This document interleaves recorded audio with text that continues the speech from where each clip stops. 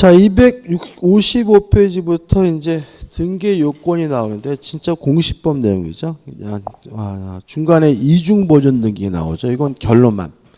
이중으로 보존 등기가 되면 선 보존 등기가 유효하고 후 보존 등기는 무효다. 이 결론만 좀 일단 기억하시고, 그 다음에 넘겨보시면 257페이지에 실질적 유효권 해가지고 나와 있고, 하단에 보시면 가번에서 뭐가 나오죠? 중간 생략 등기가 나오죠. 이건 좀 중요하죠.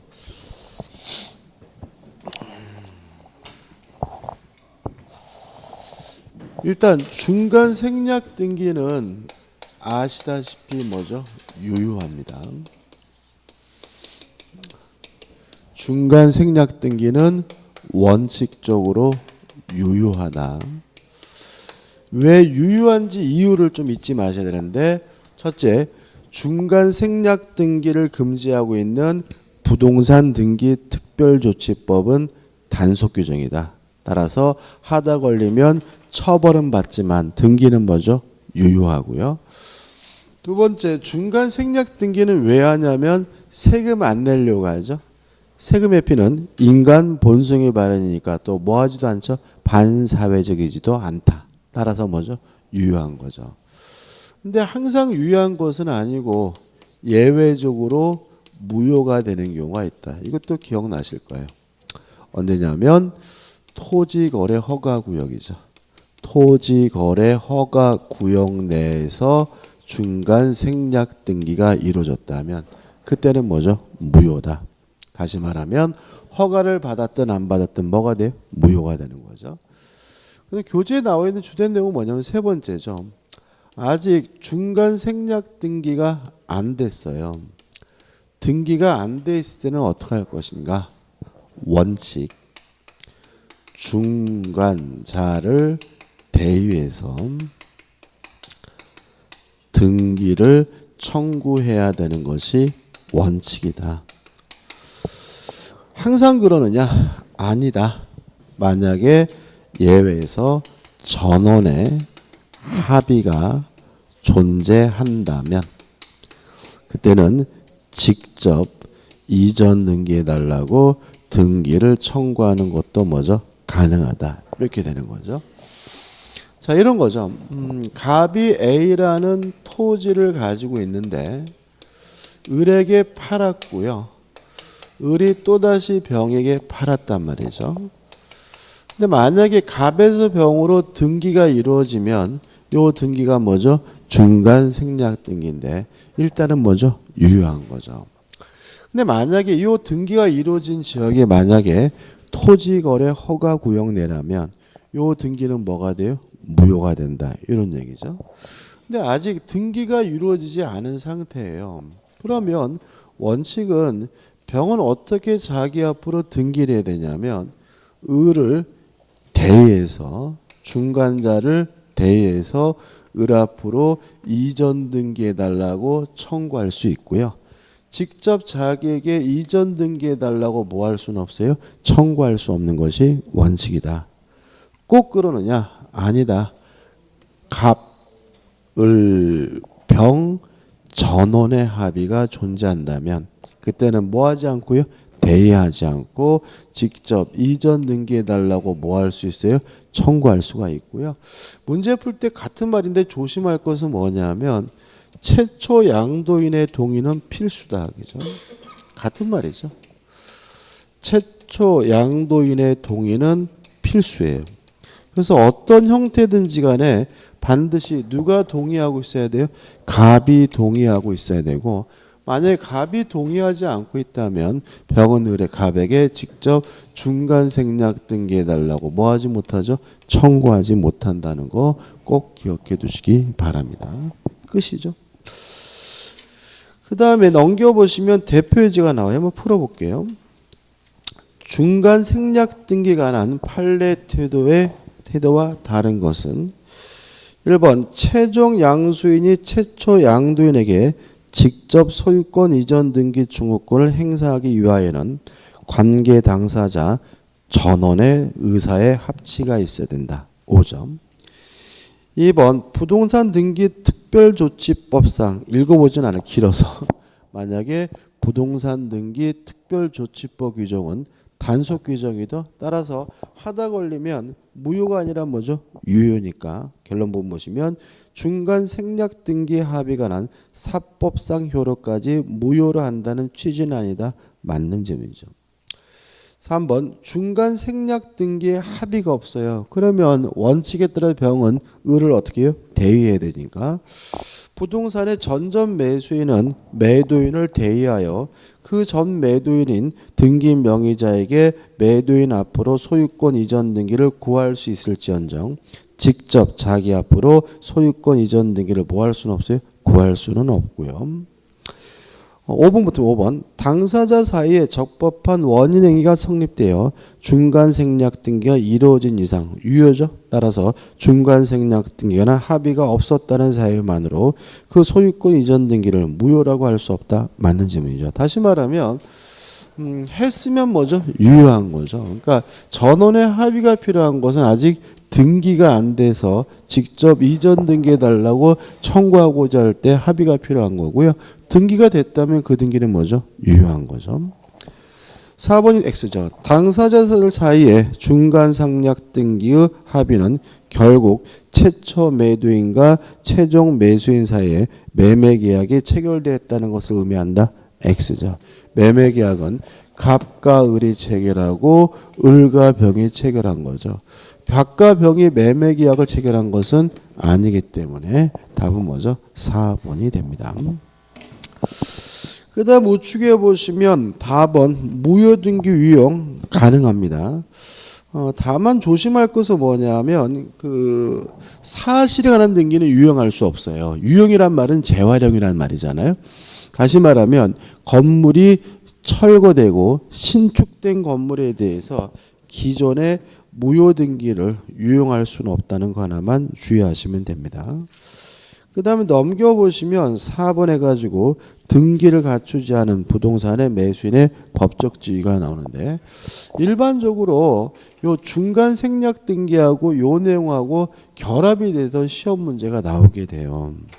왜 그러냐 한번 생각해 보자고요. 자, 갑이 소유하고 있는 A 토지를요 을에게 팔았어요. 팔고 을이 갑이 을에게 임도를 해줘서 매수인 을이 요 토지를 점유하고 있지만 갑이 을에게 이전 등기를 안 해줬어요. 그러면 요 매수인 을은 아직 뭐가 없는 거죠? 소유권이 없는 거죠. 다만 이전 등기해 달라고 요구할 수 있는 등기 청구권을 가지고 있을 뿐인데 을에게 뭐가 없습니까? 소유권이 없다, 물권이 없으니까 이때 을의 등기 청구권은 뭐가 되는 거죠? 채권적 청구권이 되는 거죠. 따라서 뭐에 걸려야 되냐면 소멸시효에 걸려야 되는데 우리 판례는 만약 을이 인도받아서 점유를 계속하고 있다면 이때는 을의 등기 청구권이 비록 채권적 청구권이지만 소멸시효에 걸리지 않는다라고 봐요. 이유는 뭐냐면 소멸시효는 뭐예요? 권리를 행사하지 않고 방치하면 권리가 소멸되는 제도잖아요. 우리 판례에 따른다면 매수인이 점유를 하고 있다면 이 사람은 권리를 계속해서 뭐 하고 있는 거죠? 행사하고 있는 거라는 거죠. 권리를 행사하지 않고 방치하는 것이 아니기 때문에 뭐에 걸리지 않아요? 소멸시효에 걸리지 않는다는 거죠. 그러면 점유를 계속하는 것만 권리 행사냐? 이 문제도 우리 판례는 을이 적극적으로 권리를 처분하는 것도 권리 행사이므로 권리를 처분했다는 이유로 점유를 상실하는 경우에도 뭐에 걸리지 않냐면 소멸시효에 걸리지 않는다는 것이 우리 판례 입장입니다.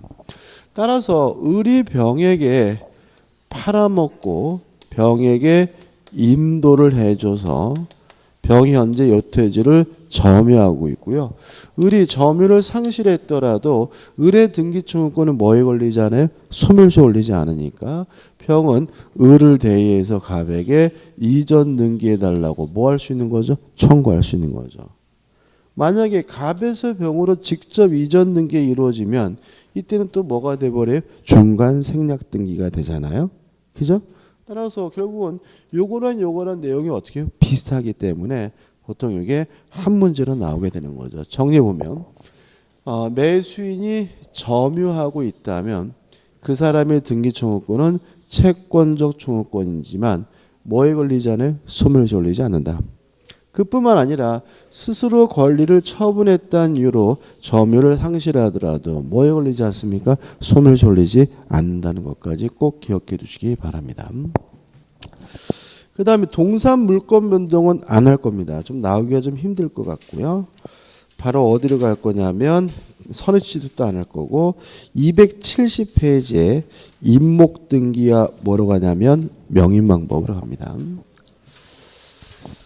자, 우리는 공시 방법으로서 두 가지를 법에 규정을 하고 있는 거죠. 부동산에 대해서는 등기와 동산에 대해서는 점유를 공시 방법으로 하고 있고요. 근데 문제는 뭐냐면 두 가지만으로는 완벽하지 않습니다. 그래서 우리 판례는 두 가지를 제외한 나머지 기타 공시 방법, 대외적으로 권리자임을 보여주는 방법을 인정하고 있는데 이걸 우리가 뭐라 그러냐면 명인 방법이라고 합니다. 그래서 명인 방법은 나머지 개념이에요. 등기와 점유를 제외한 나머지 대외적으로 권리자임을 보여주는 방법을 명인 방법이라고 하고요. 이 명인 방법은 수목이나 농작물과 같은 지상물에 대해서 공시 방법으로 인정이 됩니다. 그럼 이렇게 되는 거죠. 땅이 있고요. 땅 위에 나무가 있어요. 그럼 이 나무는 부동산인데 원칙적으로 뭐냐면 토지의 일부예요. 그래서 땅을 사면 무엇도 쫓아오는 거냐면 수목, 나무도 쫓아오는 거거든요. 근데 만약에 갑이 요 수목에 대해서 옆에다가 팻말을 붙여가지고 갑고 이렇게 명인 방법을 갖췄다면 이제는 건물과 마찬가지로 토지에 분리된 뭐로 평가되냐면 독립된 부동산으로 평가된다는 거죠. 따라서 이 명인 방법을 통해서 나무만 다른 사람에게 뭐 할 수 있어요? 팔 수 있고 농작물만 다른 사람에게 뭐 할 수 있어요? 팔 수가 있는 거죠. 그러면 결국 이렇게 되는 거죠. 수목과 같은 지상물의 경우에는 명인 방법을 갖추면 독립된 부동산으로서 평가되기 때문에 토지와 분리된 독립된 부동산으로서 소유권을 이전해 주는 것이 뭐죠? 가능해지는 거죠. 근데 문제는 뭐냐면 나무가 더 오래 간다는 거죠. 다시 말하면 팻말은 몇 년만 지나도 뭐죠? 색깔이 변하기 때문에 이 명인 방법이 공시 방법으로서는 완전하지가 않기 때문에 특별법을 만들게 되는 거죠. 수목의 경우에는 임목에 관한 법률에 따라서 뭐 할 수가 있냐면 등기할 수가 있습니다. 따라서 만약에 이 수목에 대해서 임목에 관한 법률에 따라서 뭐 하면요? 등기를 하면 마치 건물처럼 독립된 부동산으로서 소유권을 이전할 수 있을 뿐만 아니라 또 마치 건물처럼 이 수목에 대해서도 저당권을 설정하는 것이 뭐죠? 가능하게 되는 거죠. 근데 문제는 뭐냐면 명인 방법은 완전한 공시 방법이 아니기 때문에 소유권을 이전할 수는 있지만 저당권은 설정할 수가 없다는 거 주의하시기 바라고요. 최근에 나오기 시작했는데 명인 방법으로 양도담보 설정은 가능하다는 거 꼭 기억해 두시기 바랍니다. 자, 왜 그러냐면 양도담보라는 것은 소유권을 이전하는 방식으로 이루어지는 담보가 뭐죠? 양도담보이기 때문에 소유권을 이전할 수 있다면 어떠한 물건도 다 뭐 할 수 있냐면 양도담보로 설정할 수가 있거든요.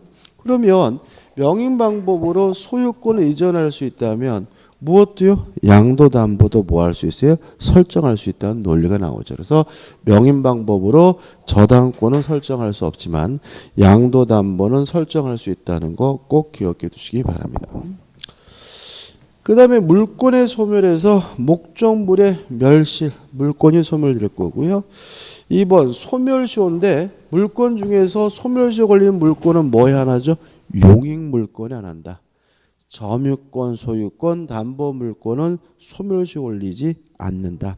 기간은 20년이고요. 따라서 용익물권은 20년 동안 행사하지 않으면 소멸시효 걸립니다. 그 다음 넘겨보시면 3번 물권을 뭐죠? 포기할 수 있는데 주의하실 것은 포기는 뭐죠? 단독행위이기 때문에 포기했다는 이유로 물권이 소멸되려면 말소 등기를 해야 된다는 거 주의하시기 바랍니다. 근데 마지막으로 뭐가 나오냐면 혼동이 나오죠. 이 혼동에 대해서는 시험 문제가 아주 잘 나와요. 근데 문제도 우리가 풀어보겠지만 혼동은 보통 사례 문제로 나오기 때문에 좀 복잡하게 느껴지거든요. 그래서 교재 읽어보시면 굉장히 어렵게 느껴집니다. 근데 어렵게 정리할 건 아닐 것 같아요. 일단 혼동이란 게 뭐냐면요. 동일한 주체에 두 개 이상의 권리가 존재하고 있고요. 요 두 개 이상 있는 권리 중에서 쓸모없는 것, 불필요한 것은 자동으로 소멸되게 되는데 이걸 우리가 뭐죠? 혼동이라고 한다. 예를 들어서 전세권을 가지고 있던 사람이 중복해서 뭘 갖게 됐어요? 소유권을 갖게 됐다면 굳이 전세권을 가지고 있을 이유는 없으니까 소유권을 취득하는 순간 전세권은 자동으로 소멸되게 되는데 이게 뭐죠? 혼동인 거죠. 따라서 두 개 이상 권리가 있더라도 필요하다면 여전히 뭐 되지 않아요? 소멸되지 않을 텐데 두 가지를 기억해 두셔야 되죠. 첫째, 소멸될 권리가 제3자 권리의 목적으로 됐을 때. 두 번째, 소멸될 권리보다 후순위 권리가 존재할 때. 그다음 마지막으로 기억할 것은 점유권과 광어권은 권리의 성질상 혼동되지 않는다는 것까지 기억하시면 됩니다. 자, 끝이거든요. 기억할 건 이게 전부예요. 간단하죠, 그죠? 자, 그럼 보자고요. 전세권을 가지고 있던 사람이 소유권을 취득하면 전세권은 쓸모가 없으니까 뭐가 돼야 돼요? 소멸이 돼야 되는데 만약에 이 전세권에 다른 사람 앞으로 저당권이 설정돼 있어요. 다시 말하면 소멸될 권리가 제3자 권리의 목적으로 되어 있다면 이 전세권자가 소유권을 취득하더라도 전세권은 뭐 되지 않아요? 소멸되지 않는다. 왜냐하면 전세권이 소멸되면 누가 피해를 봐요? 저당권자가 피해를 보니까요. 그 다음에 1순위가 갑 앞으로 전세권이 설정돼 있고요. 2순위가 을 앞으로 저당권이 설정돼 있단 말이죠. 이 상태에서 경매가 되면 전세권자가 받고 남는 게 있으면 누가 받아요? 저당권자가 받는데 만약에 전세권자가 중복해서 소유권을 취득했다는 이유로 전세권이 소멸돼 버린다면 얘가 순위가 승진돼 가지고 갑이 뭐죠? 피해를 보게 되는 거죠. 그래서 갑보다 후순위 소멸될 권리보다 뭐가 있어요? 후순위 권리가 있으면 혼동으로 뭐 되지 않아요? 소멸되지 않는다죠. 끝이에요. 자, 여기 가지 이제 문제를 풀 거고요. 연습하는 의미에서 대표 예제를 풀고 끝날 겁니다. 자, 276페이지 보시면 뭐가 나오냐면 대표 예제가 나와요. 혼동으로 인한 물권의 소멸에 관한 다음 설명 중 옳지 않은 것은 1번 갑토지의 저당권을 가진 자가 후에 그 토지의 소유권을 취득하면 이 사람이 원래 가지고 있던 권리는 뭐죠?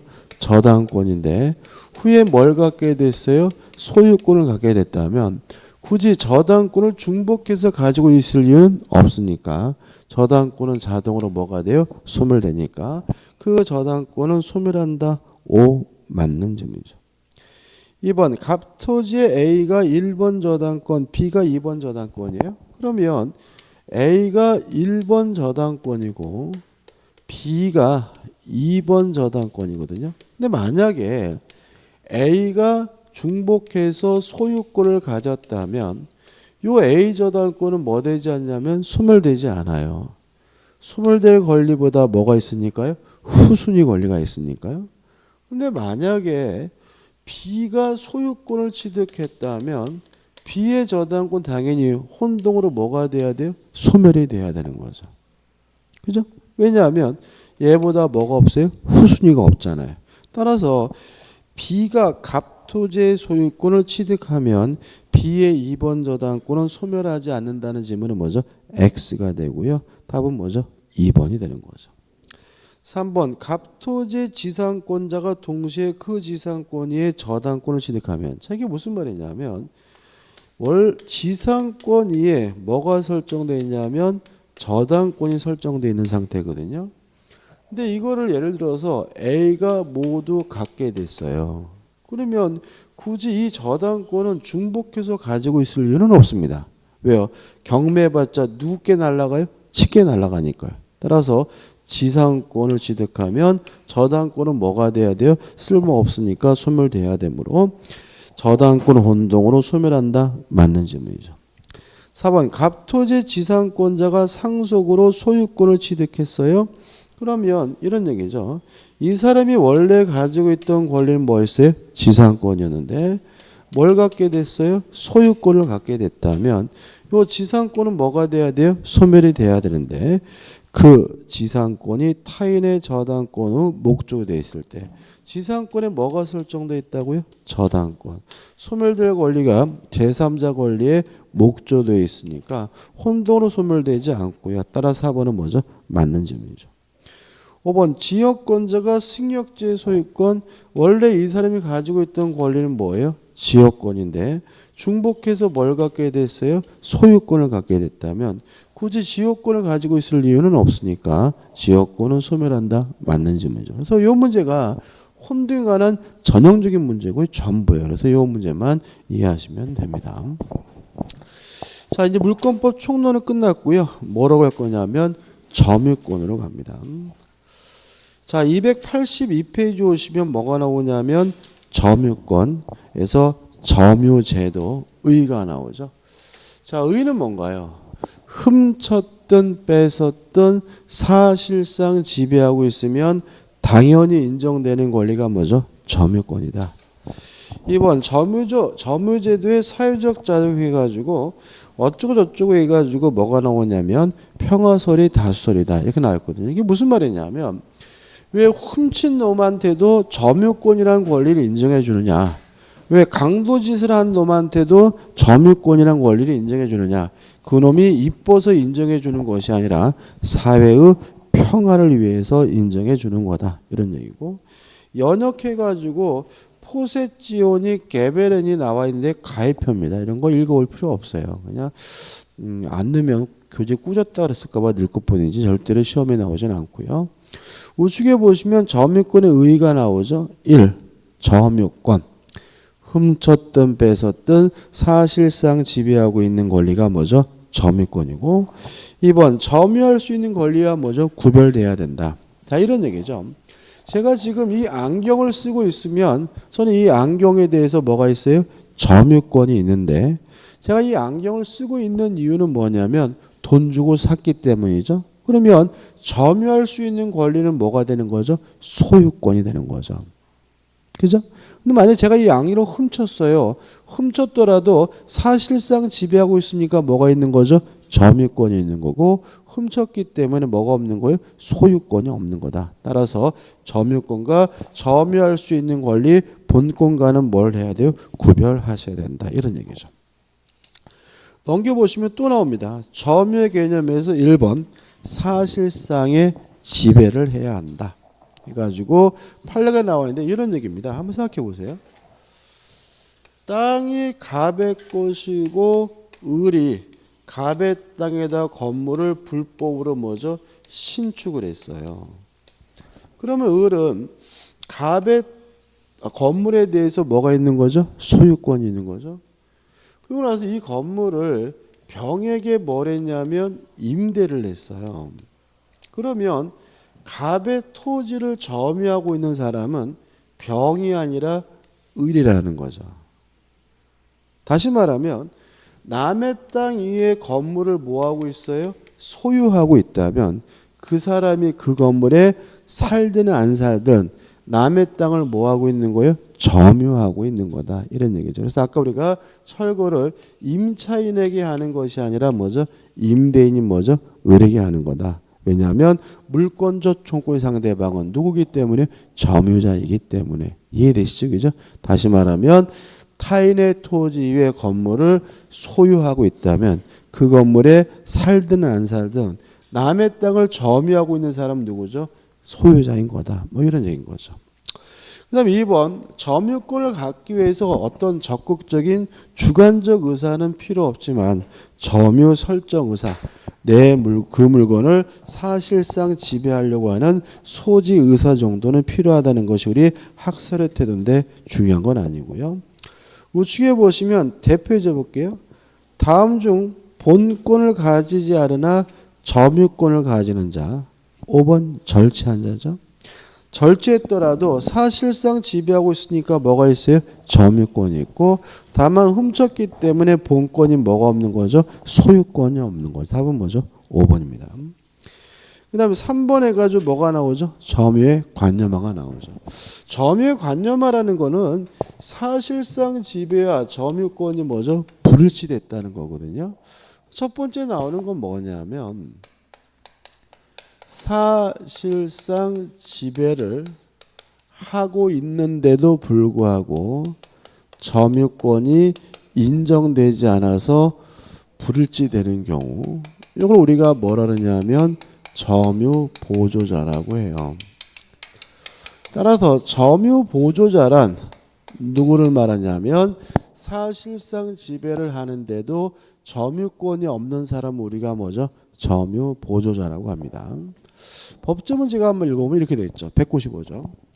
가사상, 영업상, 기타 유사한 관계에 의하여 타인의 지시를 받아 물건에 대한 사실상의 지배를 하는 때는 그 타인만을 점유자로 한다 되어 있죠. 다시 말하면 가사상이다, 영업상이라 말 속에서 우리는 점유 보조자면 누굴 떠오르게 되냐면 가정부나 파출부, 점원, 알바생을 떠올리면 되고요. 이 사람들은 왜 사실상 지배하는데도 점유권이 없냐면 이러한 사실상의 지배를 타인의 지시와 명령에 따라서 사실상 지배하고 있기 때문에 점유권이 없는 사람이고요. 내용은 점유 보조자는 사실상 지배를 하고 있기 때문에 뭐는 인정이 되냐면 자력구제권은 인정이 됩니다. 그렇지만 점유권이 없기 때문에 점유권에 기한 물권적 청구권인 점유보호 청구권은 없어요. 또 점유권이 없다라는 말은 점유자가 아니라는 얘기니까 물권적 청구권의 상대방이 될 수는 없습니다. 왜냐하면 물권적 청구권의 상대방은 뭐여야 돼요? 점유자이어야 하니까요. 교재 보시면 근거 나오고 넘겨보시면 성립 요건이 나오는데 큰 의미는 없고요. 하단에 보시면 3번 해가지고 점유보조관계 성립이 문제되는 경우가 나와요. 일단 부부 사이인데 뭐 당연한 거죠. 처는 뭐가 아니죠? 점유보조자가 아니다. 왜냐하면 부부는 뭐가 아니에요? 지시 명령 관계가 아니니까요. 따라서 처는 점유 보조자가 아니라는 말은 처도 뭐라는 얘기예요? 점유자라는 얘기고요. 처에 대한 물권적 청구가 가능하다는 얘기니까 유의하시기 바랍니다. 그죠? 다시 말씀드리지만 만약에 처가 점유 보조자면 처를 상대로 뭘 행사할 수 없어요? 물권적 충후권 행사할 수가 없겠죠. 근데 우리 판례는 부분은 지시 명령 관계가 아니기 때문에 처는 점유 보조자가 아니라 뭐라고요? 점유자라는 말은 처에 대해서도 물권적 충후권을 뭐 할 수 있어요? 행사할 수가 있다는 얘기니까 주의하시기 바랍니다. 그 다음에 또 문제가 되는 것은 두 번째, 자신의 소유물이죠. 자신의 소유물에 대해서도 점유 보조자가 될 수가 있다. 다시 말하면 점유권은 소유권이 있느냐 없느냐 문제가 아닙니다. 따라서 자신이 소유하고 있다 하더라도 타인의 지시에 따라서 타인의 지시에 따라서 사실상 지배하고 있다면 그 사람은 뭐가 되는 거죠? 점유 보조자가 되는 거죠. 법인의 기간은 의미가 없죠. 효과는 요거죠. 똑같은 내용이 나와 있습니다. 그 다음 우측에 이제 두 번째에서 뭐가 나오죠? 간접 점유가 나오죠. 일단 간접 점유는 반대입니다.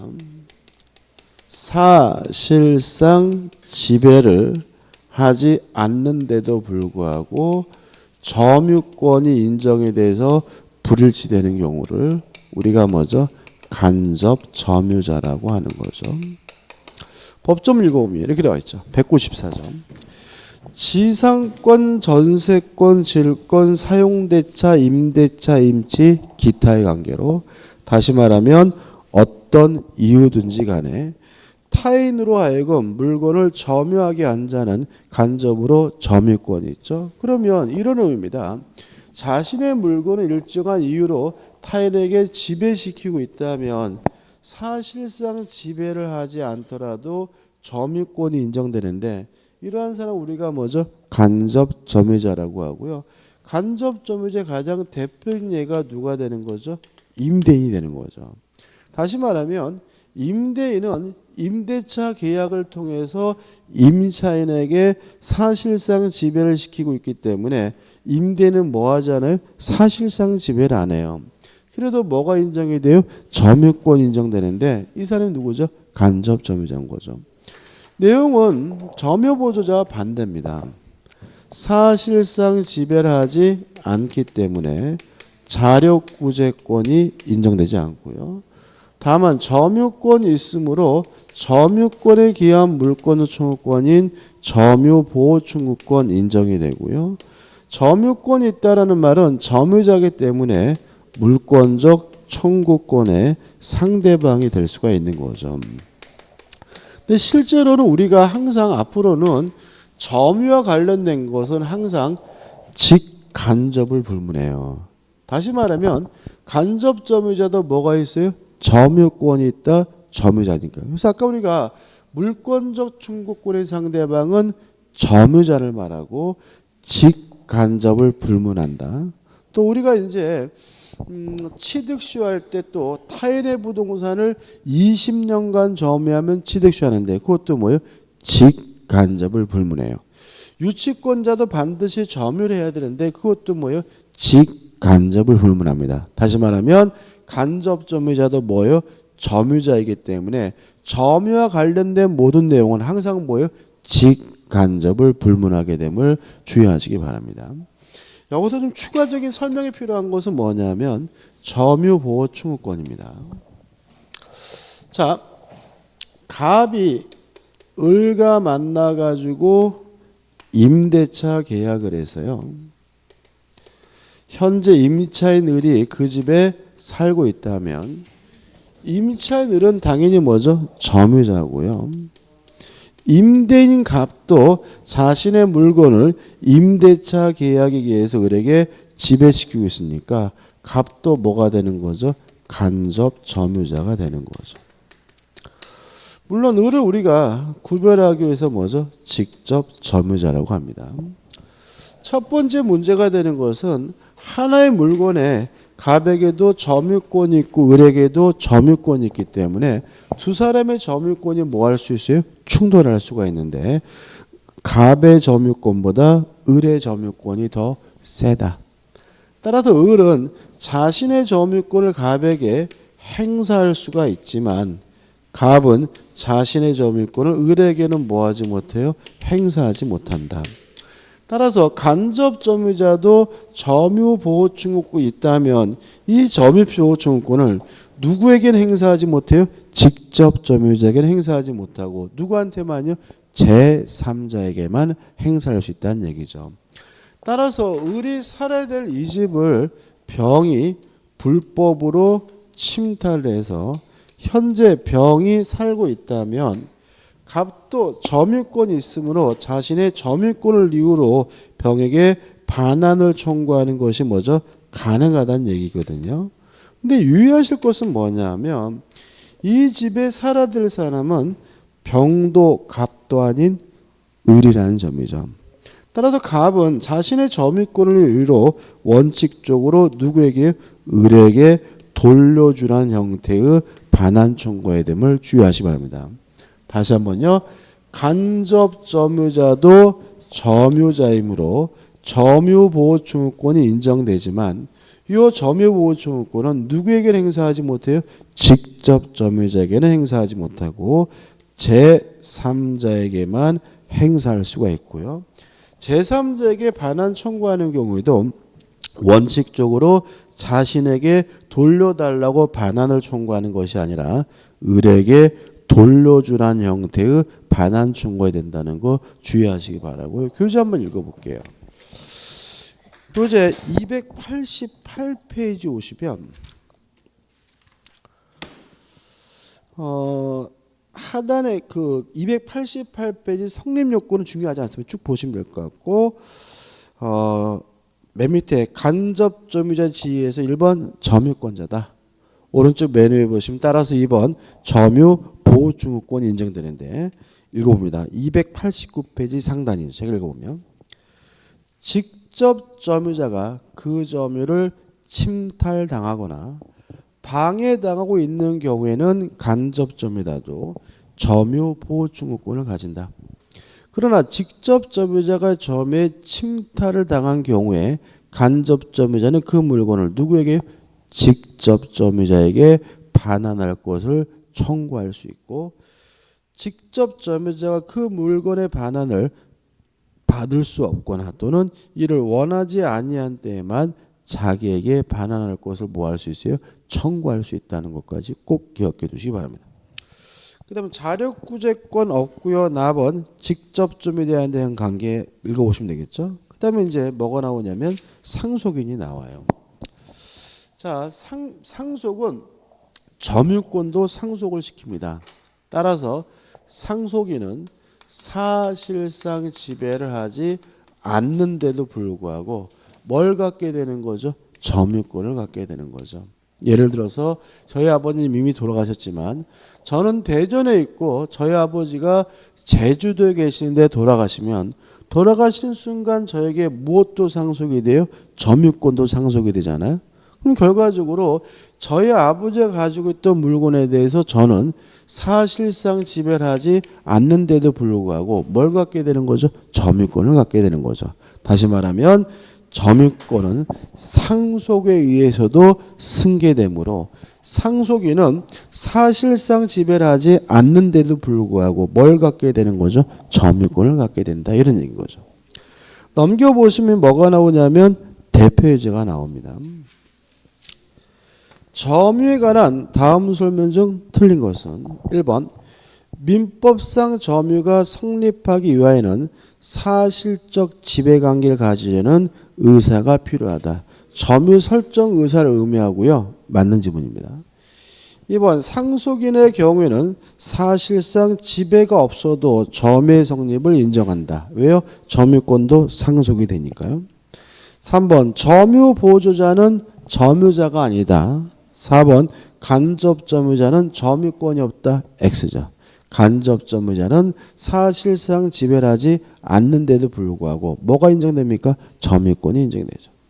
5번 간접 점유를 성립시키는 점유 매개는 중첩적으로 있을 수도 있겠죠. 답은 뭐죠? 4번입니다. 좀 쉬었다가요. 점유 종류에서 자주와 타주 점유를 보도록 하겠습니다.